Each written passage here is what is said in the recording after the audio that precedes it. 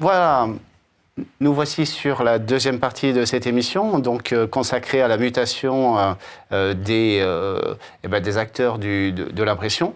Alors, est-ce que vous êtes tous condamnés à muter vers une activité de SN? C'est la question que l'on va se poser. Alors, j'accueille tout de suite Alexandre Lauré. Bonjour Alexandre. Bonjour Yann. Alors, vous êtes le patron de INEA. Le nouveau nom de Document Store, maintenant ça fait déjà 1 an et demi. 2 ans, oui, bientôt. 2 ans, d'accord.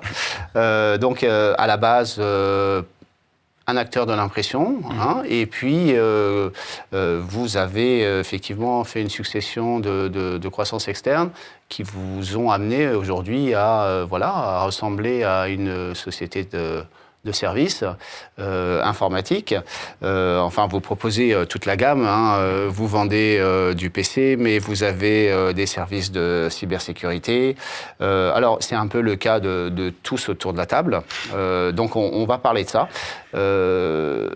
Alors déjà, Alexandre, je vais commencer par vous, puisque je voudrais quand même avoir votre avis à vous aussi sur le ralentissement du marché de l'impression. Vous avez entendu ce qu'on s'est dit à l'instant. Qu'est-ce que vous pensez? Est-ce que vous aussi, vous avez senti ce ralentissement du marché? Et comment vous l'analysez? Alors, oui, le ralentissement est là, évidemment, depuis le Covid. Si on se compare à la dernière année pleine avant le Covid, c'est-à-dire 2019, je pense que le marché a dû perdre de l'ordre de 40-45% à peu près de sa valeur. Donc, indéniablement, le marché de l'impression, qui était colossal, se réduit quand même très fortement. Nous sommes sur un rythme 24 et projeté 25 nettement moins fort de décroissance, mais quand même encore en décroissance. Donc oui, Vous êtes d'accord sur le chiffre que donnaient vos confrères, 3-4% par an en baisse? En oui, baisse, c'est ça, maintenant. 23-24, c'est le rythme, effectivement. Et c'est là-dessus que vous vous projetez pour les prochaines années? Oui, c'est à mon avis un rythme qui va se maintenir jusqu'à peut-être un plateau. Tout le monde espère, les constructeurs les premiers, espèrent un plateau assez proche, avant d'arriver vraiment à un niveau de zéro papier qui paraît peut-être quand même encore un peu utopique. Hein. Donc le papier est encore là, même s'il décline. Mais en tout cas, nous, les acteurs, évidemment, je dis évidemment, il ne faut pas être le grand visionnaire pour effectivement, si on veut développer une entreprise, peut-être miser sur autre chose que sur l'impression papier. Il sert à quoi aujourd'hui? Enfin, une impression, ça sert à quoi dans une entreprise? Est-ce que c'est la même impression aujourd'hui qu'il y a 10 ans? Non, bien sûr que non, puisque alors il en reste une partie évidemment commune, mais on a bien vu que le Covid a justement cassé ce réflexe, ce repère de confort, de commodité, d'usage, de mœurs, de culture. Allez, je vais jusqu'au bout, puisqu'on a tout de suite constaté, les entreprises ont constaté qu'en mettant le collaborateur chez lui sans moyen d'impression, finalement, il travaillait de la même façon. D'accord, donc plus besoin d'imprimer la presse. Avant 2019, on avait à l'inverse déjà une décroissance, mais très faible, au vu de l'émergence et du déploiement des outils déjà digitaux à l'époque, avant le Covid. Voilà, on doublait. Les entreprises sont très vite passées en télétravail. Il y a eu un petit peu un coup de feu pour nous tous, pour équiper les entreprises en télétravail, mais finalement, ça a été très très vite opérationnel parce que les infrastructures étaient là. Donc on était finalement inscrit plus dans une logique de confort, de commodité, et bien évidemment, depuis le Covid, la digitalisation, elle, se poursuit.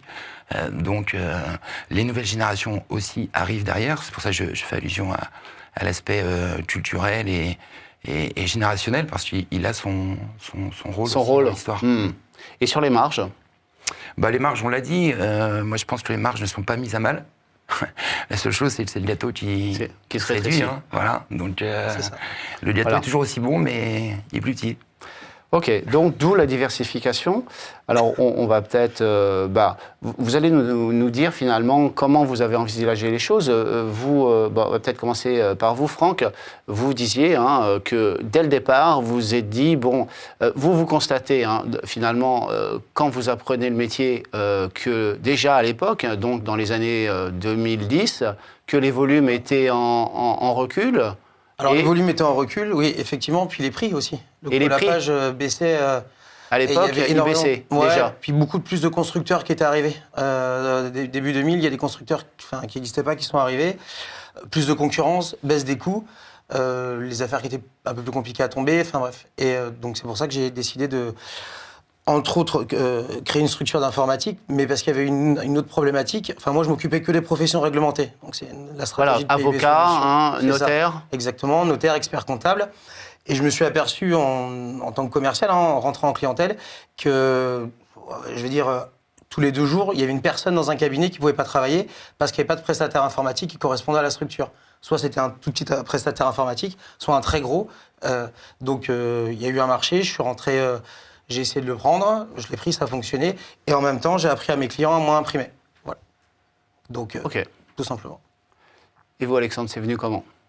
La transformation? Oui, l'évolution. Alors, nous, elle a été en fait native, c'est-à-dire que dès le départ, à la création de ce qui était effectivement Document Store en 98, concessionnaire Xerox, donc là, activité 100% print, dès le départ, a été mis en place une activité de vente, de distribution d'informatique, de matériel informatique, de PC. Donc, dès le départ, on a eu tout de suite quand même une projection sur l'infrastructure, les services IT. D'accord.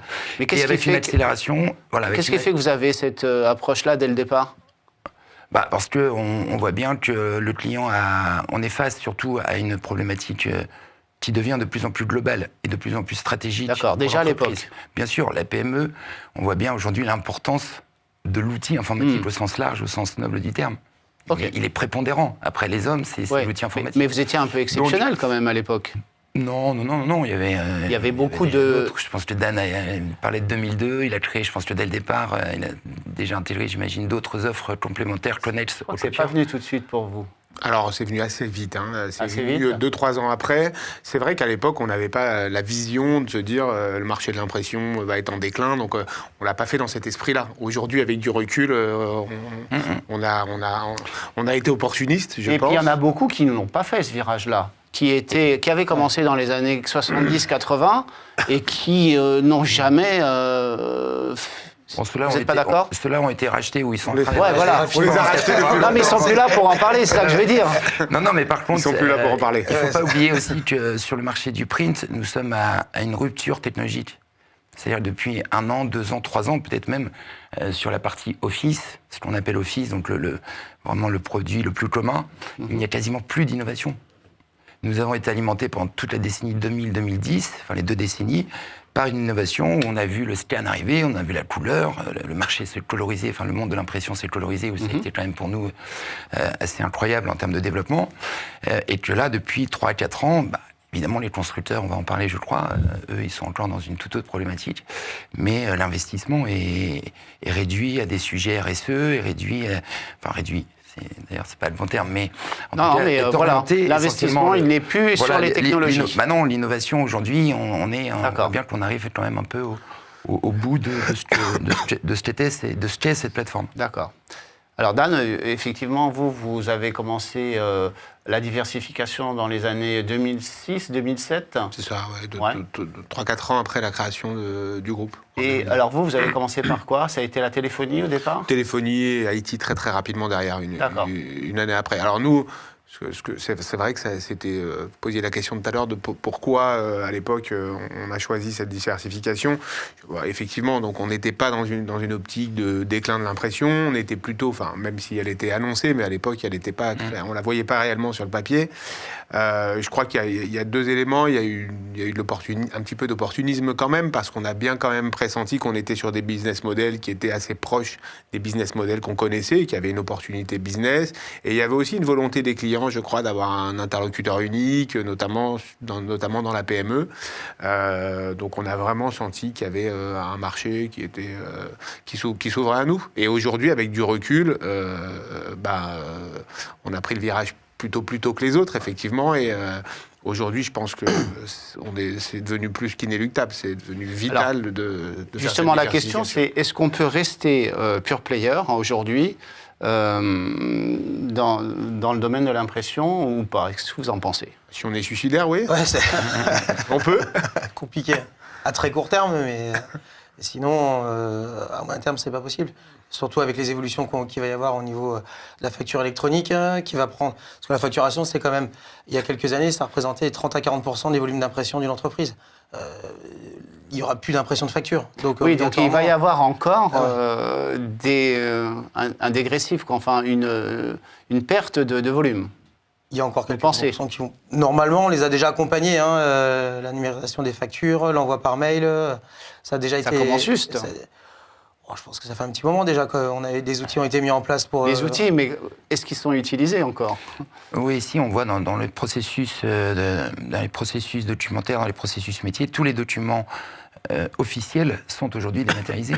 D'accord. On travaille beaucoup avec l'activité réglementée, on parlait tout à l'heure. Oui, et d'ailleurs, aussi, elles le deviendront toutes de plus en plus. Enfin, nous allons tous le devenir au sens digital. Et je pense qu'on en aura besoin, mais toutes les signatures se font électroniques aujourd'hui, typiquement. Regardez Oui.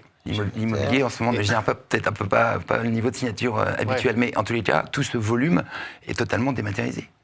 Pour nous, c'était des volumes colossaux, par exemple. Ouais. Et je pense qu'au-delà de ce qui est important, c'est qu'au-delà de la baisse de volume dont on parle depuis tout à l'heure, l'enjeu pour le client, et on ressent bien qu'il est quand même beaucoup plus faible qu'avant. C'est-à-dire que quand nos commerciaux sont sur les clients et qu'ils abordent le sujet de l'impression et puis après de la cybersécurité, on sent bien que l'écoute n'est pas la même. Et que le client aujourd'hui a un enjeu bien moindre, donc c'est beaucoup plus difficile de créer de la valeur et d'aller vendre de la valeur à un client qui, pour lui... le système d'impression est devenu quelque chose d'un peu accessoire.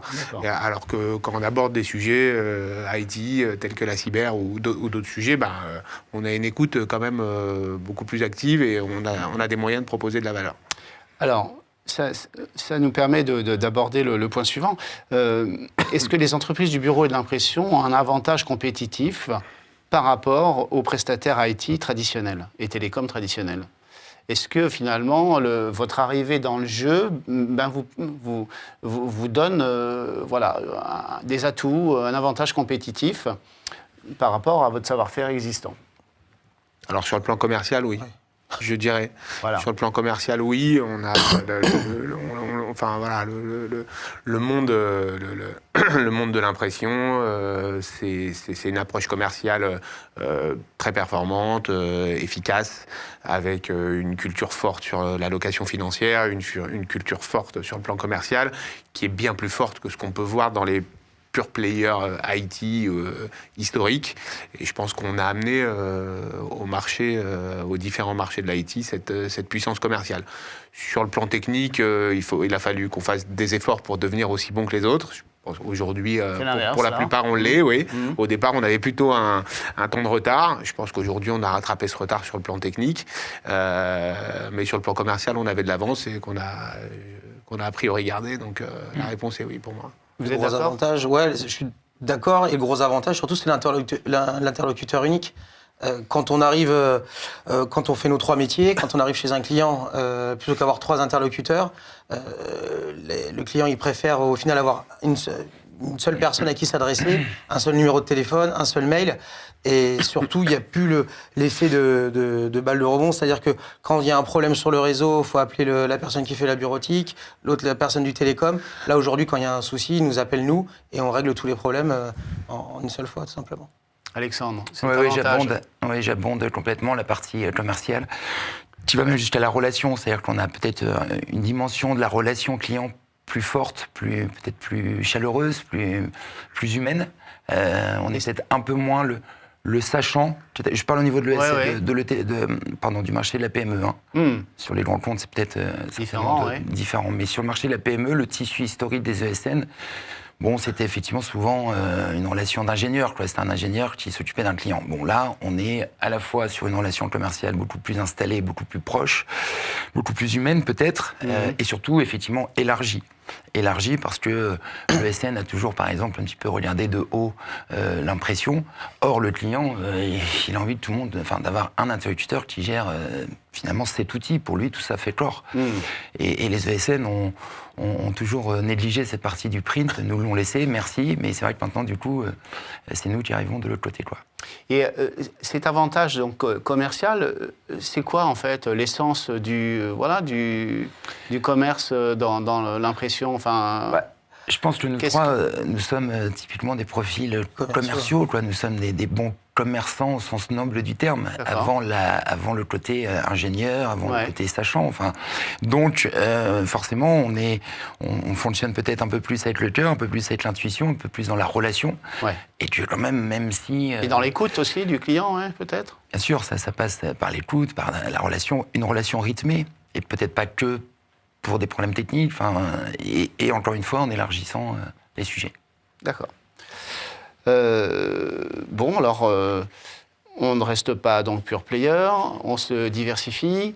Alors, par quoi vous avez commencé les uns les autres et où est-ce qu'ont été les difficultés finalement? Vous disiez que c'était l'aspect technique, que vous étiez un petit peu en retard au départ. Comment vous avez compensé ce petit retard?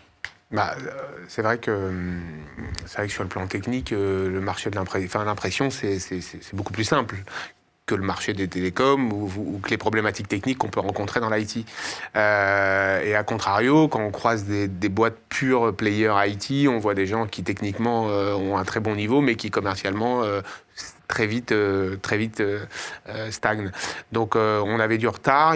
Les entreprises, il faut le faire sérieusement. Voilà, très concrètement, nous on a vraiment investi. Ça a été dur, ça a été long. Je pense moi pour être tout à fait honnête, on a démarré l'IT en 2006-2007, les télécoms. Je pense qu'on a été mauvais 3-4 ans. Peut-être même 4 ou 5. On a été même très mauvais au démarrage sur le plan technique. Il y a vraiment des enjeux techniques qui sont différents que celui de l'impression. Il y a des vraies difficultés. Et ça a pris du temps, de l'investissement, surtout que nous, on a démarré from scratch, pas par des acquisitions. Et donc, du coup, ça a été particulièrement difficile de construire les équipes, de trouver les bonnes personnes sur un marché qu'on ne connaissait pas. Donc, on a appris et au bout de 4-5 ans, on est devenu bon. Trouver le modèle, sachant qu'effectivement, vous avez été habitué à des marges confortables et que vous vous êtes retrouvé face à une structure de marge complètement différente dans ces nouveaux métiers. Qu'est-ce que vous en pensez, Alexandre? Oui, c'est effectivement c'est la découverte du métier du service. Donc, je disais tout à l'heure, on était quand même plutôt dans une relation de commerçants. On achetait du matériel qu'on intégrait avec une notion servicielle, mais beaucoup moins forte. Quand là, on est quasiment sur 100% de service. Il y a encore de la techno, bien sûr, mais donc oui, en tout cas moi pour ma part, une de nos difficultés, mais une difficulté passionnante, c'est effectivement de découvrir ce monde du service, ce monde de la rentabilité à l'heure. Là, il s'agit de piloter une entreprise par rapport à des hommes, puisque c'est avant tout le premier finalement. Mais c'était pas le cas déjà. C'était quand même essentiellement de la distribution. Donc oui, on pilote des commerciaux, bien sûr, mais il y avait quand même la maintenance. Livrer une machine, honnêtement, pour tout le respect, je l'ai fait et je le respecte, mais c'est quand même plus facile que de délivrer un projet de 50 jours. Oui, puis c'est vrai que vous venant ça prend pas le même temps. Enfin, vous voyez, donc c'est quand même deux métiers différents. C'est d'ailleurs ce que disaient les ESN auparavant. Moi, j'ai acheté une ESN qui fait à peine 10% de distribution. C'est-à-dire dans sa relation. Elle avait installé le fait avec son client que je ne vends pas le PC. Je ne vends pas le PC, encore moins le copieur, encore moins l'imprimante. C'est dégradant. À peine les licences. Ouais. C'est un peu dégradant. Moi, je suis le sachant, je suis l'ingénieur. Donc là, il y a quand même une rencontre des mondes.